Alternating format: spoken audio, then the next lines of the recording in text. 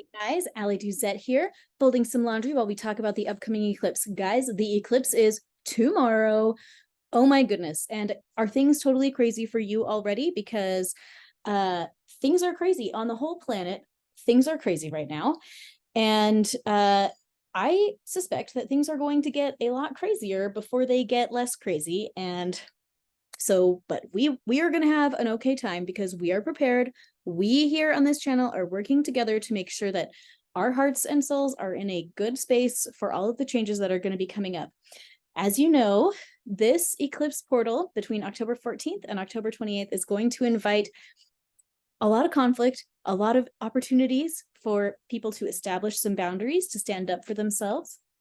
And that kind of situation is good, like it is necessary, right? We need to always find that balance between taking care of others and taking care of ourselves, between cooperating with others and doing what we feel is right when it's maybe out of alignment with what other people think is right.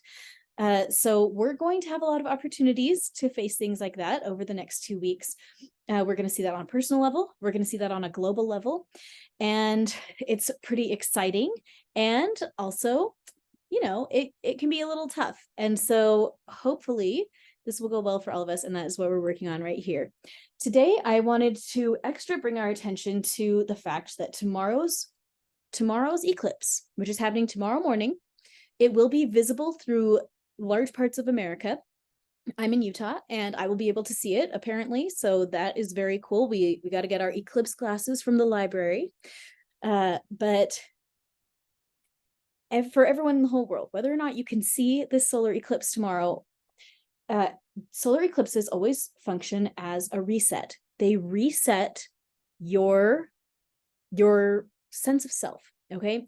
Astrologically speaking, the sun represents your sense of self, your core personality, right? So that's why where the sun was in the sky when you were born, that is what gives you the title of an Aquarius, or, you know, whatever. I don't know. If you are a Libra, if you are a Pisces, like what makes you a Pisces is that you were born in February when the sun was transiting through the constellation of Pisces from our perspective. How a solar eclipse works is the sun goes in, the moon goes in between the earth and the sun and blocks out part of the sun. And when that happens, it's like it severs that connection between all of our selves and our sense of self, like our own body connections with the sun inside of ourselves. I hope that makes any sense. But the idea is that it's going to reset this energy.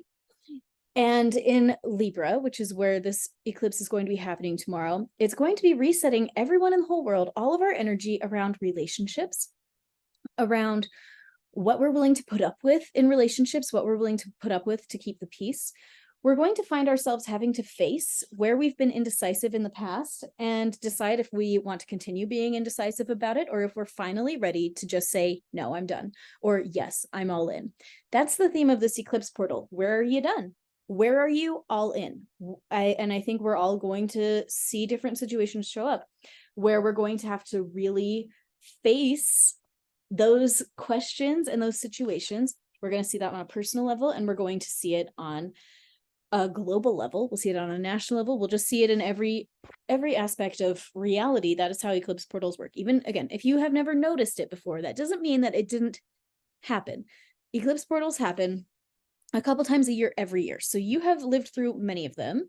And now you're going to live through another one, but this time you're just going to be conscious of it and be aware of what's happening. And this is what is going to happen. We're going to all have these opportunities to deal with boundaries in our relationships. We're going to have to decide about where we're going to be decisive. You know, we're going to have opportunities to make some decisions, and they might be some hard decisions at times.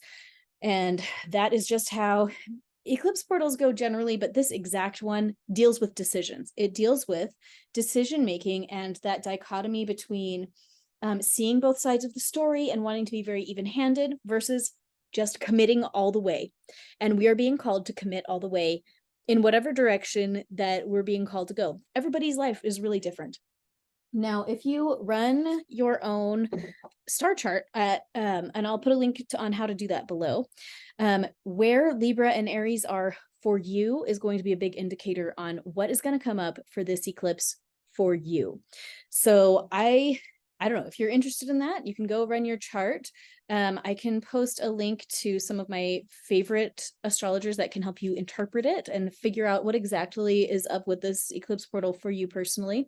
But that is where on a chart that you would look for that information. So today I wanted us all to just take a moment and be mindful of where we might experience a reset, and to just take a minute and ask our creator for some extra help in helping us personally be prepared for whatever that reset might be. Can we reset our relationships and our boundaries and our decisiveness with grace? Can we experience this eclipse portal without contributing to conflicts? Can we resolve our own inner conflicts so that we can be a force for peace in a time when other people might not be forces for peace around us, right? Everyone in the whole world is going to be going through this same question of, where do I need to be decisive? Aries is the sign of conflict. Like Aries is the one, it's the number one guy in the chart that just doesn't shy away from conflict. He's just not scared of it. And everybody is being called to that energy. On a soul level, everyone in the whole world is being invited to step more into the part of ourselves that's willing to fight for what we believe in. And what that means is that whether or not you feel like fighting right now, other people around you probably do. And we get to choose to be the ones that say, I know what's going on and I'm going to opt out of this. You know, I don't have to contribute to this conflict. I don't have to fight. I can be the one to say sorry first. I can be the one to apologize. I don't need to defend myself.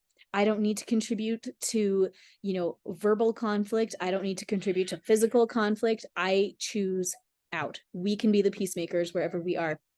So as we go into the eclipse tomorrow, that is what I would love for you to have on your mind, is that you don't have to participate in the conflicts that will show up for you.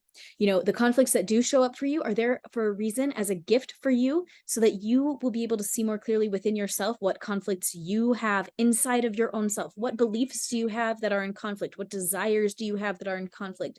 What situations do you have in your life that are in conflict? This is a great time to identify them and shift them.